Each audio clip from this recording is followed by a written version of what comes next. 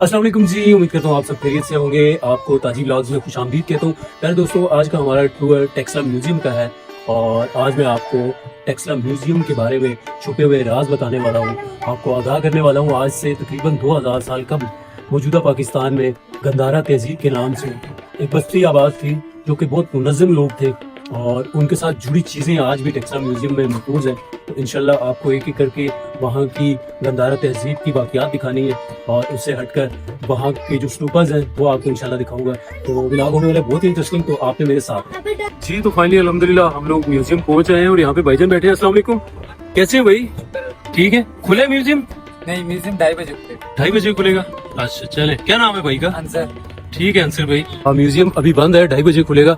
तो तब तक हम लोग सीरी कप से आते हैं जहाँ पे ये लोग रहते थे, जहाँ पे इनकी आबादियाँ थी, वहाँ पे जाते हैं, उनको एक्सप्लोर करते हैं और उसको भी अपनी वीडियो का हिस्सा बनाएंगे।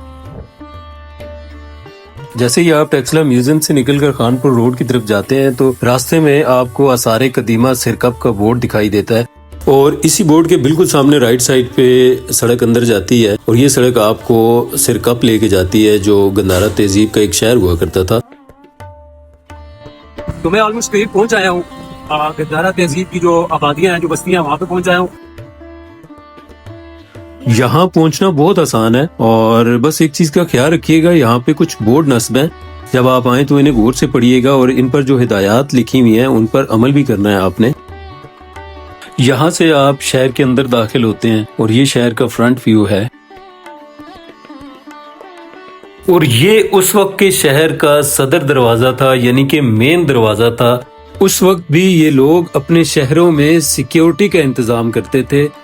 यहाँ लिखा हुआ है दरबान का कमरा, यानी कि चौकीदार या मुआफिज का कमरा। ये है रॉयल पैलेस, यानी कि बादशाह का महल। दोस्तों, माहिरीन आसारे कदीमा के मुताबिक गंधारा तहजीब पाकिस्तान के शिमाल मगरबी इलाकों में फैली हुई थी और इस तहजीब का मरकजी मकाम टेक्सला था और इसी टेक्सला शहर में इन्होंने दुनिया की कदीम तरीन यूनिवर्सिटी भी बनाई थी, जहां मजहबी तालीम के साथ साथ तिब, फलसफा, कानून, ज़राअत और जंगी फनून की तालीम दी जाती थी। गंधारा तहजीब के लोग मेहनती और जफाकश होने के साथ साथ जिद्दत पसंद भी थे और अक्ल शहूर में अपनी मिसाल आप थे। ये लोग अपनी आबादियों को बड़े मुनज़्ज़म तरीके से बनाया करते थे, कुशादा सड़कें और गलियां छोड़ा करते थे। यहाँ तक कि ये लोग अपनी आबादियों में नालियों और निकासियों का इंतजाम भी किया करते थे और अपनी आबादियों को साफ सुथरा रखते थे, यानी कि सफाई पसंद भी थे। और ये शायद कोई कमोड था।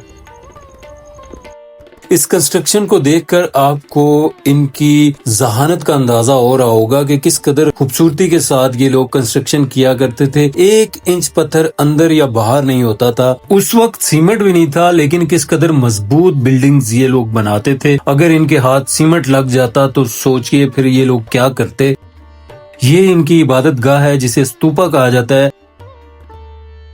ये दूसरी इबादत गाह है जिसे 2 सिरों वाले उकाब का स्तूपा कहा जाता है। बेसिकली इनकी इबादत गाह 2 शेप की होती है, एक गुम्बद नुमा गोल शेप और दूसरी टेला नुमा यानी मीनार की तर्ज की। ये मीनार की तर्ज की इबादत गाह है जिसे 2 सिरों वाले उकाब का स्तूपा कहा जाता है।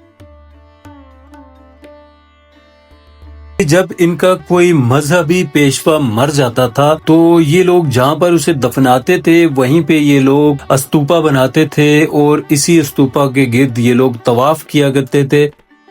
ये इनकी इबादत का तरीका था और कहा यह जाता है कि जब ये लोग स्तूपा के गिर्द चक्कर काटते थे तो ये अपने सबसे बड़े पेशवा का नाम लेते थे, जिसका नाम गौतम बुद्ध है और गौतम बुद्ध का असल नाम सिद्धार्थ था और सिद्धार्थ आज से हजारों साल पहले हिंदुस्तान के शहर बिहार में पैदा हुआ था और किसी आम घर में नहीं बल्कि एक बादशाह के घर में पैदा हुआ था। लेकिन सिद्धार्थ दुनिया की लज्जतों से उकता कर जंगलों की तरफ चला गया था और वहीं से बुद्ध मत का आगाज हुआ था। इन लोगों की दिमागी सलाहियतों को देखकर यूं लगता है कि अगर आज के दौर में ये लोग जिंदा होते तो किसी एक खित्ते पर नहीं बल्कि पूरी दुनिया पर हुकूमत करते, इस कदर ज़हीन थे ये लोग। ان کھنڈرات کو دیکھ کر ایک چیز کا اندازہ تو ہوتا ہے کہ انسان چاہے کتنا ہی طاقتور یا کتنا ہی ذہین ہو، ایک دن اس نے مر جانا ہے، ختم ہو جانا ہے۔ ہیلو، السلام علیکم۔ وعلیکم السلام۔ اچھا جی، اچھے خاصے وزٹر اس جگہ کو وزٹ کرنے کے لیے آتے ہیں، اور اسپیشلی فارنرز جو ہیں وہ بڑی تعداد میں یہاں کو وزٹ کرنے کے لیے آتے ہیں۔ پیچھے ہم نے سورج دیوتا کا مندر دیکھا تھا، اور یہ ایک اور مندر ہے جسے گول مندر یعنی کہ ایپسیڈل ٹیمپل کہا جاتا ہے۔ پیارے دوستو، اب یہاں سے نکلتے ہیں اور جاتے ہیں ٹیکسلا میوزیم میں۔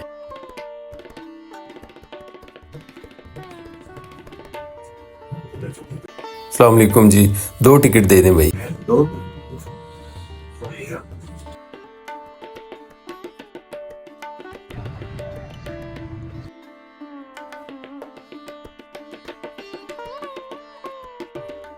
And welcome to Taxila museum. میں میوزیم میں آ چکا ہوں اور میوزیم کو کھول دیا گیا ہے۔ جیسے ہی آپ میوزیم کی عمارت میں داخل ہوتے ہیں تو سب سے پہلے آپ کو ٹیلا نما یعنی کہ مینار شیپ کا اسٹوپا دیکھنے کو ملتا ہے، اور اس طرح یہاں پر بہت سارے اسٹوپس انہوں نے رکھے ہوئے ہیں، اور یہ سارے کے سارے ٹیلا نما یعنی کہ مینار کی شکل کے اسٹوپاز ہیں۔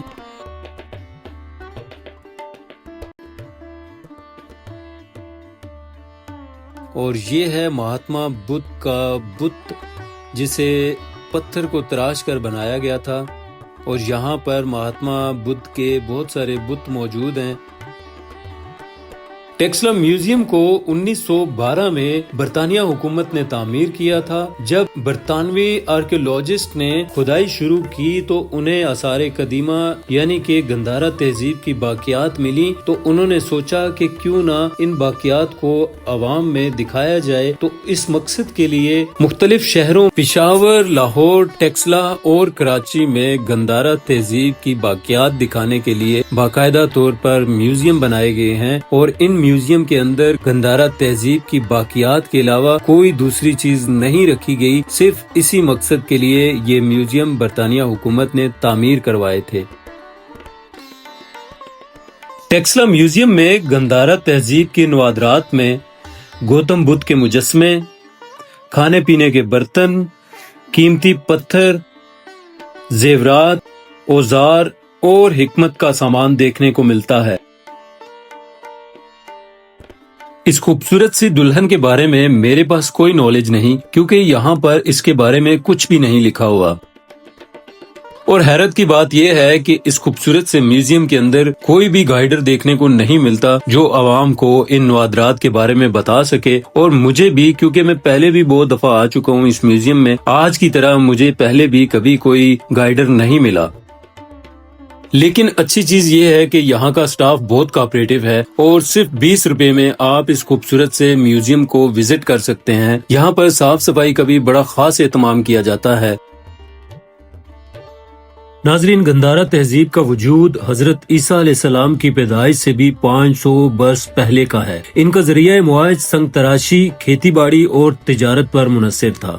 گندمی رنگت اور مضبوط قد و کاٹ کے حامل یہ لوگ پاکستان کے شمالی اور مغربی علاقوں جبکہ افغانستان کے مشرقی علاقوں میں مقیم تھے، جن میں سوات، مردان، پشاور، ٹیکسلا، جہلم، کلر کہار اور وادی سونس کیسر جیسے علاقے شامل تھے۔ گندھارا کا مطلب پانیوں کی سرزمین یا وہ جگہ جہاں پانی موجود ہو۔ شاید اسی لیے یہ لوگ پانی کے قریب اپنی آبادیاں بناتے تھے۔ علمی اور تعلیمی معاملات میں یہ لوگ اس قدر سنجیدہ تھے کہ انہوں نے اپنی بستیوں میں 8000 چھوٹے بڑے تعلیمی مراکز قائم کیے تھے، جن میں ٹیکسلا یونیورسٹی بھی شامل ہے، جسے ٹکشلا یونیورسٹی کہا جاتا تھا، جو دنیا کی قدیم ترین یونیورسٹی تھی۔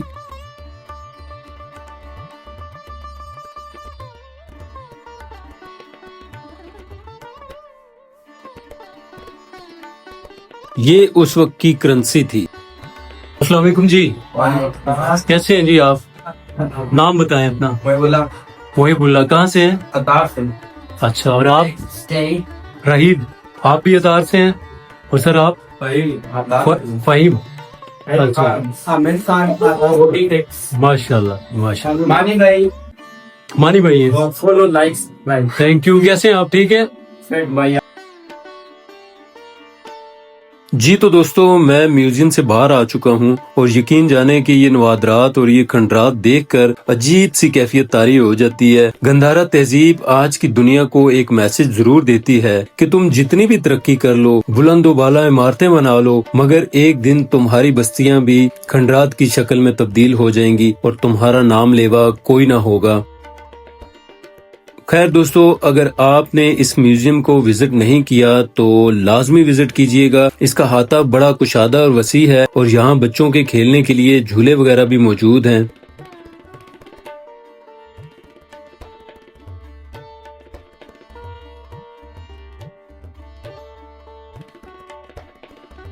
صرف 20 روپے میں آپ اس خوبصورت سی جگہ کو وزٹ کر سکتے ہیں اور یہاں پہ دیکھنے کے لیے بہت کچھ ہے، تو یہاں آ کر یقیناً آپ کو بہت اچھا لگے گا۔